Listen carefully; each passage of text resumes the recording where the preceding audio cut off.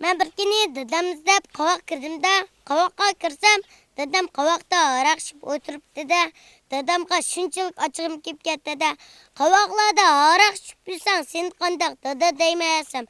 Dadam turib ketib, "To'g'izam sen nima bol boqqanga" dedi.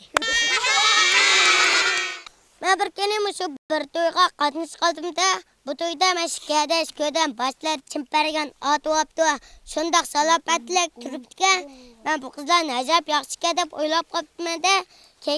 Kechlik restoran kirganda chimpargan ip tashib, tansoy beydigan o'ynab chiqib ketib bordi.